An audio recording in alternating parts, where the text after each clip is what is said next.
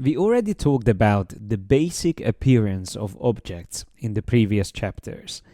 This is the default white fill black stroke. So whenever you create an object, you will get these two attributes automatically applied, and the stroke size will be 1 point. This applies to every object. So there's a circle, there's a square, and we can also draw lines. Just simply using the line tool, I can draw a line as well. You will see that Illustrator always applies the same principle, so that black 1 point stroke on the outline of these shapes.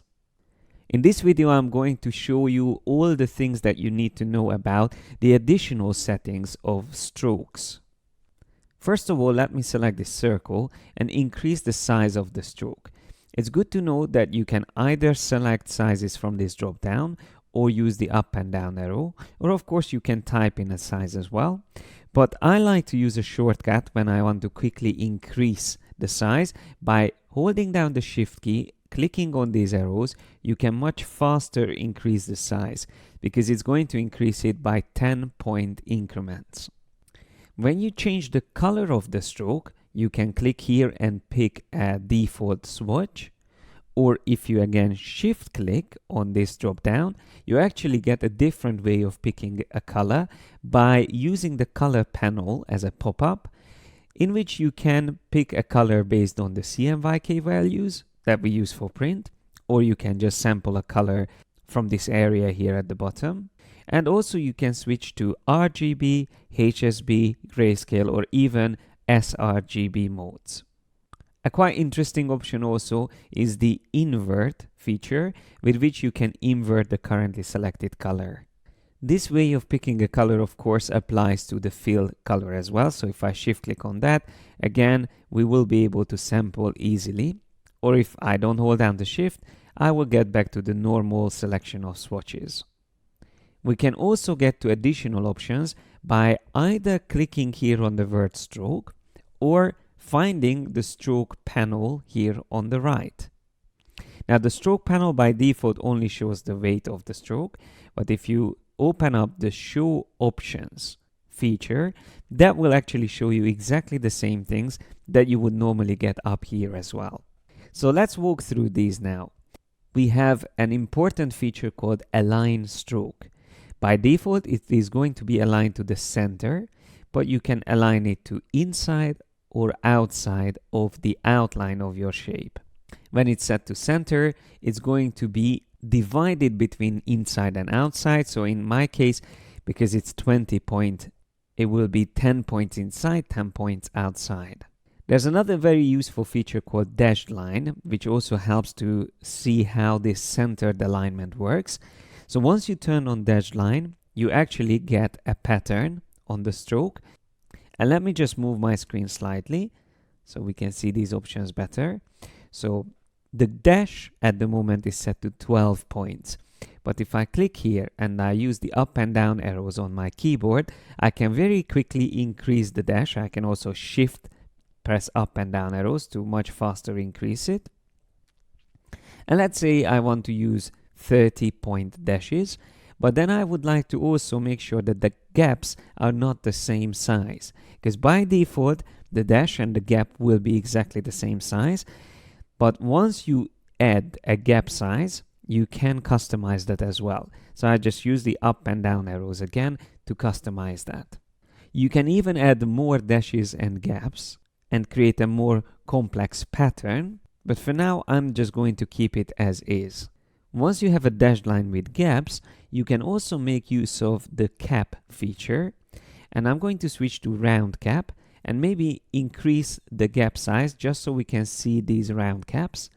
So what happens is that the caps of the dashes will be rounded.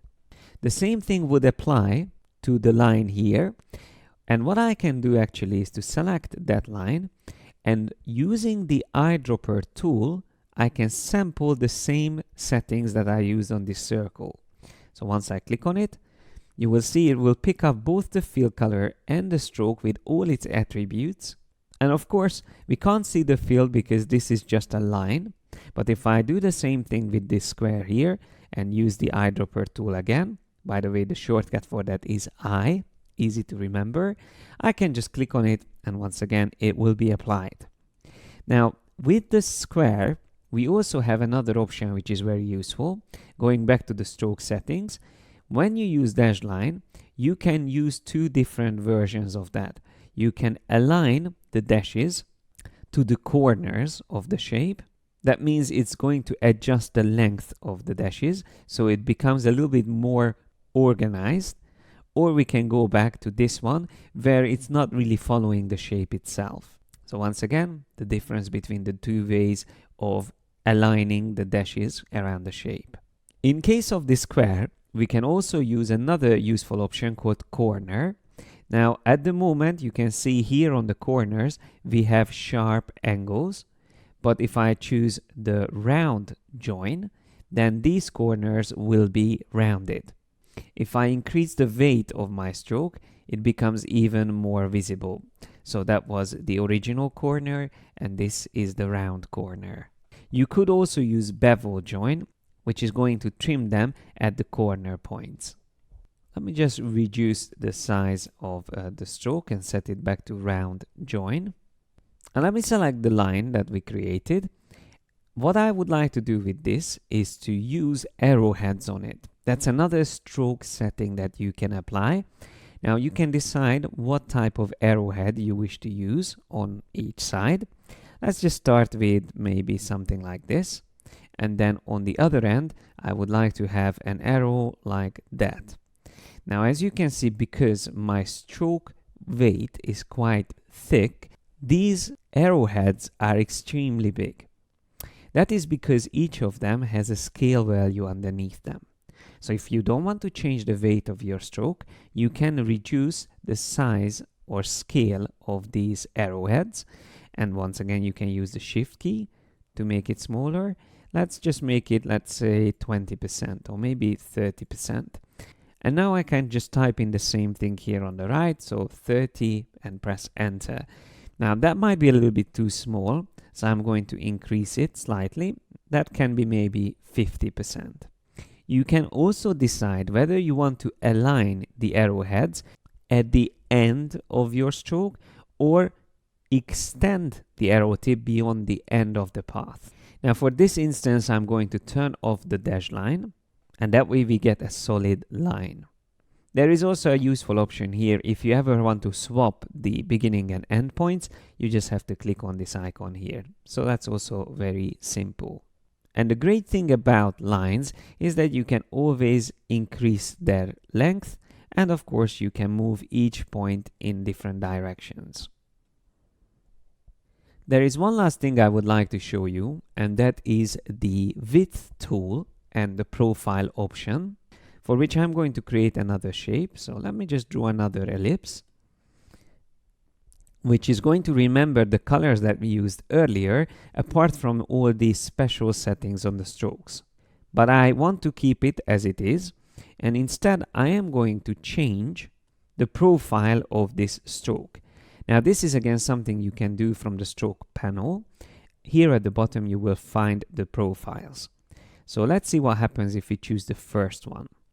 This is going to vary the width of the stroke. Although it's set to 20 points, it's going to keep it at 20 at one point, but it will reduce it completely down to 0 on the other side of the shape. Let's just see what happens if we select another one, maybe this one here. Again, it's going to apply the profile along the stroke around this object. When we have a non-symmetrical profile, we can also flip it along the stroke, so to flip the direction of it. And of course, we can control the size of it with the weight. That still is the way that you can affect the size of the stroke. And you can make the profile even more custom if you switch back to uniform stroke and use a tool called the width tool. This is how it looks, and Shift W is the shortcut if you want to access it quickly. With this tool, you can just click and drag at a certain point to increase the size of the stroke, and maybe at another point reduce the size of the stroke. Once again, I can do the same thing at another point, and so on and so forth. You can see how you can very quickly build up different widths at certain points along the shape. You can always go back to these points and even move them around along the shape, or you can select the endpoints and increase or decrease their size. If you double click on the center of a width point, you can also get the measurements of it. So if you want to copy the measurements from it, you can do that. Or you can also change the sides of it individually. So if I type in, let's say 12 on one of these sides, and I will click on OK, you will see now it increased to only one side while keeping the other one the same. You can also do this with a shortcut. Holding down the Alt key, you can drag individual sides of the width instead of changing them all at the same time. So once again, here if I hold down Alt key, I can change it individually. While I have this shape selected, this width profile is actually already visible here in this preview, but it can also be saved by clicking on the Add to Profiles icon. That way, I will be able to use this later on. So for example, if I select this shape here and choose that profile that we saved, it will be applied to that. And even using the dashed lines, it will still work. And let me just show you one more example of the width tool. When I use the star tool, and I will click here in the middle and drag it out and repeat the same thing on all of these points. And you will see how quickly we change the way this shape looks like. So applying this variable width on each edge individually could create already something like a flower. If I select this shape and copy it, I can go up to copy from the edit menu or Command C or Control C, and then remember Control F or Command F is to paste it back again. I can hold down the Shift key to make it smaller, and also hold down the Alt or Option key to still keep it centered while I'm resizing. That's another great shortcut to learn. So Alt held down or Option key held down will make sure that you resize and keep the object in the same center point. So resizing it once again, maybe slightly further down, I can have another part using the same technique, maybe rotate it around a bit, and you can already see what I mean, that it starts to look like a flower. So as you can see, there's many different techniques you can do with strokes, and we are definitely going to talk more about them once we get to the appearance panel that we already prepared here on the bottom right. That is something we will discuss in this chapter. But for now, in the next video, we are going to talk about color swatches. Choosing the right colors for your design is very important. Luckily, Adobe Illustrator offers plenty of features to find the right colors and apply them to your designs. I already mentioned in the previous videos that you can access swatches and also colors from the options bar, but of course these both have their own panels. So you can find the color panel here with its options from the panel menu, and you can also find swatches in the swatches panel. Again, it has its own options here. In this video, I'm going to explain in more detail how to work with color swatches, and we will also have a look at color themes and the Adobe Color website. So first of all, what's the main use of a swatch? Well, technically, it's a way you can save a color that you can then use later in elements in your designs. So let's just say in this design, we want to use the same color for the umbrella as what we use on the sunglasses. The easiest way to make sure that we do that is by using the direct selection tool and selecting the actual object, which already has that color that we want to use. Now, if I go to the swatches panel and I click on the new swatch icon, it will automatically save that currently selected color. I can decide whether I want this to be a CMYK color or RGB, and I can also decide what name I wish to use for it. I can use the values here in the name, or I can type in something like key color. When you save a color swatch, there's also two very important options that you need to decide.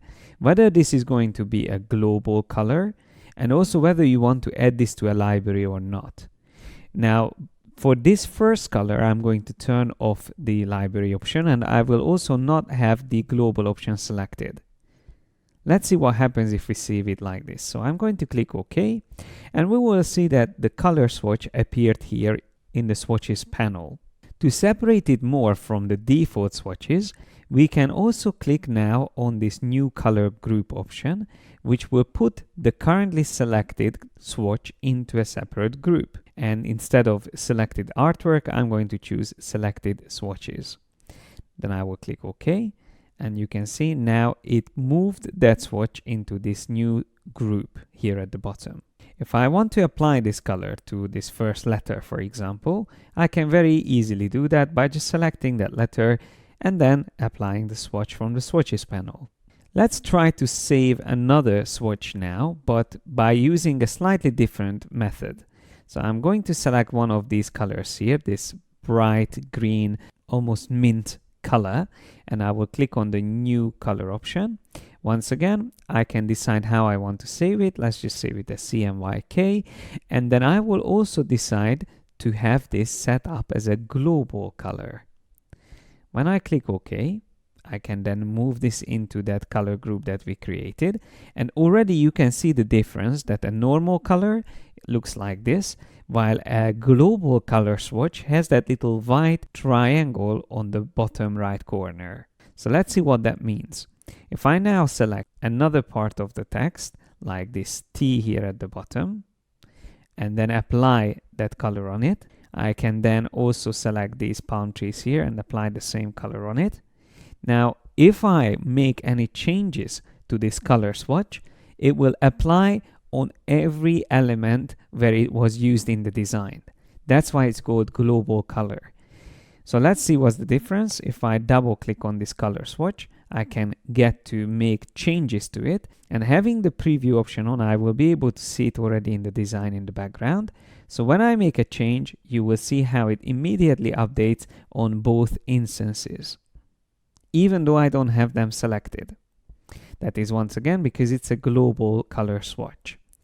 I won't make this change, I will keep it as is, but I'm going to double click now on the other color swatch, have the preview turned on, and let's see if anything happens to the colors in the design. You can see I can make changes to the swatch without affecting the actual design in the background. Both of these options are useful. Now, last but not least, what's the add to my library option? Let's say I want to save that color from the original title as a swatch, but on top of that, I also want to save it into my libraries. So I'm going to click on new color swatch, just like before. I could decide that this is a global swatch as well, and I can also make sure this is also CMYK.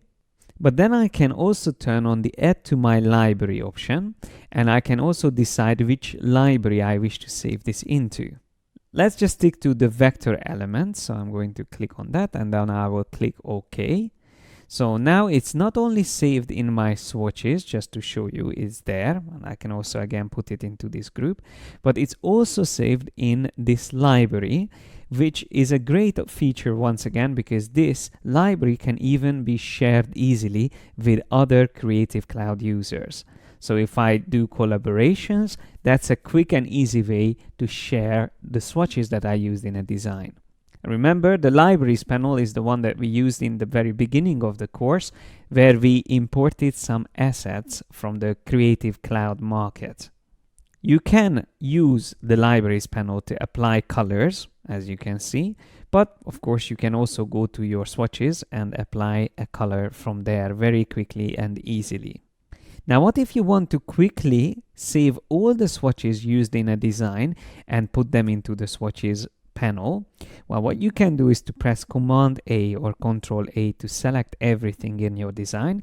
Make sure that nothing is locked that you want to include in the swatches.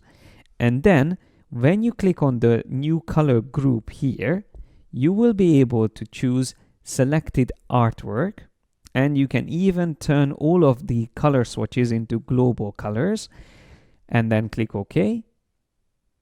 with that, you will get a new set of colors, and these are all the colors used in this design. So we can try to amend one of these colors. I clicked outside, so I deselected everything, and then I double click on this color here. Let's turn on preview and see what happens when we change it. We can see it clearly which are the colors that I'm currently changing. So once again, this was a way to quickly import all the colors from the artwork into my swatches panel. The same way I can also, of course, remove swatches that I don't need anymore. So if I click on this color here and shift click on the top color there, I can then click on the trash can and delete these swatches. If you want to reuse colors from a document later on in another project, you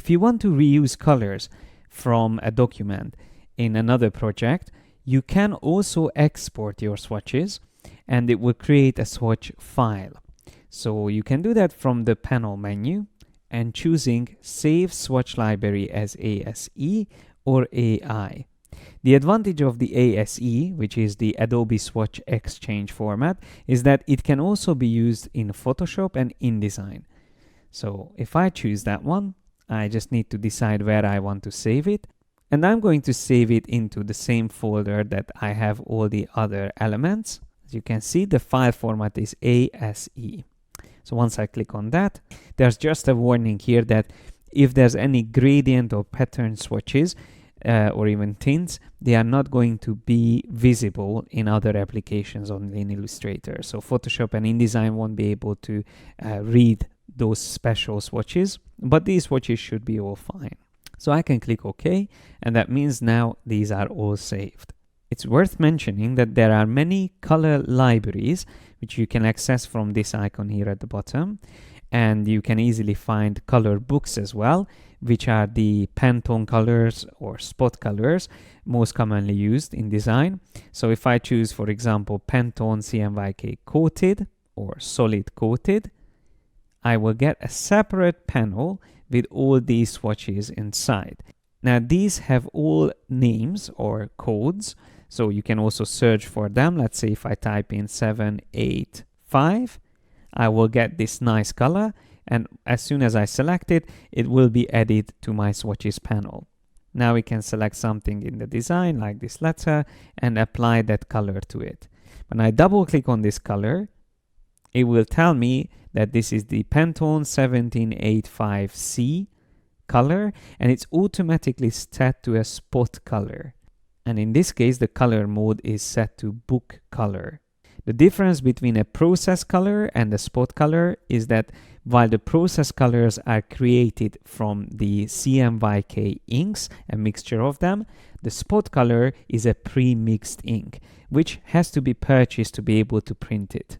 So let me show the difference. When I switch back and double click on a process color, we will always see the colors that is needed to make that color.